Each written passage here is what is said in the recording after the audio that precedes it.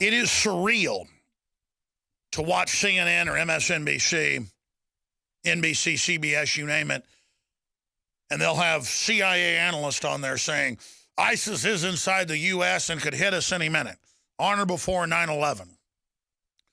And opinion polls show a majority of Americans want to strike ISIS, want to take them out.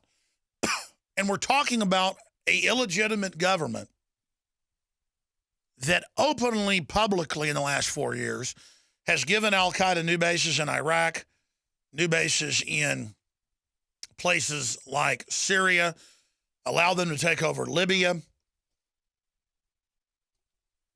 It is so frustrating because I don't support ISIS. I hate ISIS. Horrible, barbaric people cutting children's heads off, blowing up churches. Scum of the earth. But now we're going to bomb them after giving them the weapons to do it? Where's the congressional investigation? Where is the hue and cry? The only way this can happen is dinosaur state-run media continues to play along with it, and there'll be headlines in AP or headlines in AFP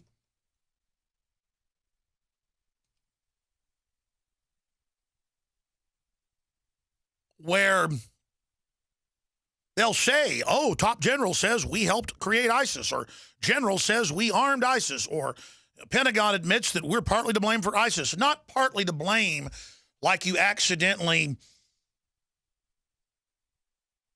got water on the floor and somebody walked in your house and fell down and broke their neck. You didn't do it on purpose. It's not premeditated. You're still liable. No, this was done on purpose to turn these monsters loose all over the world. And now it's gotten so out of hand that we're told we've got to go back into Iraq and all these places to contain ISIS. It makes me literally want to throw up. And they've been arming the so-called moderate rebels the whole time. No, they've been giving the arms directly to ISIS, which is really al-Qaeda. Now, I'm done talking about that. There's a bunch of developments in the news today on that subject I'll get to later. It's just a paradox that I really have trouble dealing with, because I'm not mad at Rand Paul calling for larger strikes on ISIS. I actually agree with it at a gut level. But however Obama does this will end up only turning into evil somehow, because the globalists have a policy of destabilization worldwide and taking out regimes that are stable and regimes that actually want to work with the West, because there's no money in being friends with the Middle East. There's a lot of money putting a bunch of crazies in charge. And now Boehner refuses to say if Congress should authorize ISIS war. See, they're all passing on this hot potato around. Now, separately, while all that's going on, Zuckerberg pushes for total amnesty in a North American union, Breitbart reports, at billionaire Carlos Slim's charity event in Mexico. And, of course, Carlos Slim owns the New York Times and a bunch of other media and is a known mafia don and is lobbying for the end of our borders completely. It's all these billionaire scammers like Zuckerberg with his pump and dump who censors Facebook and only allows, anti-gun groups and people to operate, to get up there and lobby constantly to end our borders, which they've already done by fiat without an executive order.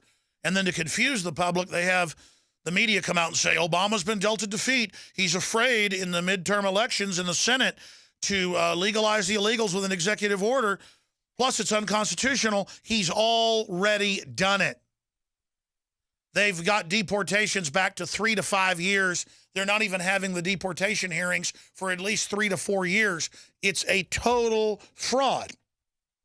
The Republican leadership is involved in this. There's big studies out today saying that there's going to be a huge Republican wave, probably taking the Senate. The House will remain Republican. And the only hope the Democrats have is Hillary. And they admit, because it's the novelty that she's a woman. Notice the Democrats attacked Sarah Palin with the whole line that she was stupid, the stereotype they were pushing that women are dumb or that women are ditzy. But with Hillary, oh, she's so smart. Oh, yeah, like a barracuda. Oh, women are finally going to be in charge. A warmongering criminal who's made hundreds of millions of dollars off speaking fees and fake charities. I mean, can we get rid of the Clintons? I mean, I don't want Jeb Bush to run. I don't want another Bush. The issue here, though, is it's another stunt, jingoism. And, of course, it's not like we just don't have a Democratic problem with Hillary Clinton. We have John Boehner and the Republican senators and the Republican House leaders who helped write Obamacare, who helped write the amnesty plan, who were bought and paid for by the Zuckerbergs and the David Rockefellers and the Carlos Slims and all the usual Warren Buffett suspects. They want a North American union. They want to exploit workers. They want to drive down wages. They've gotten the unions the last 15 years to go along with the expansion of NAFTA and GATT, the North American Union, to literally destroy their workers' future. I saw a Forbes article yesterday admitting that the new Detroit is Mexico. And, of course, you get paid $3 an hour instead of $25 an hour. And it's all done to shut this country down. Look at this Forbes headline. Is Mexican billionaire Carlos Slim the new role model for Facebook's Mark Zuckerberg? Is the Easter Bunny our friend? Is Santa Claus helpful? I mean, it's just all ridiculous as they build up Zuckerberg, who went to Bilderberg 3-4 years ago, to cement the major mafia don green lighting of running the Facebook pump and dump stock offering. It's just all a bunch of pump and dumping, money laundering, globalist kingpins exempt from everything, just trying to wreck the middle class, laughing at us. Remember Zuckerberg famously said, oh my gosh, our users trust us, what a bunch of dumb effers. While being on TV, trust me, we don't sell your data, we don't use it. It's a CIA-engineered, Harvard-run psych warfare operation to start revolutions, to control revolutions, to wreck society. People ask, why are you on Facebook? Because fans 5 years ago or whatever it was started more than 50 Facebooks, and we took them over. We got about 10 of them that we kept. We consolidated the others. We've got over 3 million likers or whatever you call it. Sure, we use the enemy platform, but don't think for a minute we ever depend on it. Don't think for a minute we ever expect it to be there tomorrow after we've been censored time and time again. And again, Facebook and YouTube and all these groups operate like, oh, it's a public commons, bring your content here and just follow these rules. But then you follow the rules and they kick you off. By the way, Google is much better than Twitter and Facebook when it comes to censoring. Because Google's smart. They want to be the biggest open area because that will give them global domination. So you've got a lot of these big internet conglomerates as well battling with each other for supremacy. And within that natural separation of powers, like we see in government, we have some of the wiggle room to allow basic free press to develop and grow. But it's precious.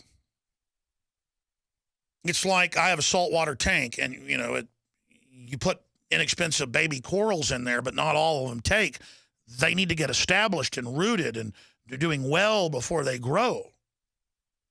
And it's the same thing with the new media. We are giving the globalists a run for their money. They're trying to suppress us, trying to game the internet, trying to bring in internet kill switches and taxation grids, but we're fighting a lot of it back together. That's why the whole world's hooked into the web now. It is a giant surveillance grid. That's why we have to double down and take it over with our individual actions, with the decisions we make online, with where we spend our money, who we support, who we promote, to create a mass cascading event that could cause a new renaissance. And the other option is total slavery to the technocrats. So we better believe we can change things. And we have changed things. We've had a lot of victories. This is a fluid, ongoing battle by a lot of other interests. You've got the globalists trying to control and manipulate all these different interests towards their global governance, which has a very bad end game, global population force reduction.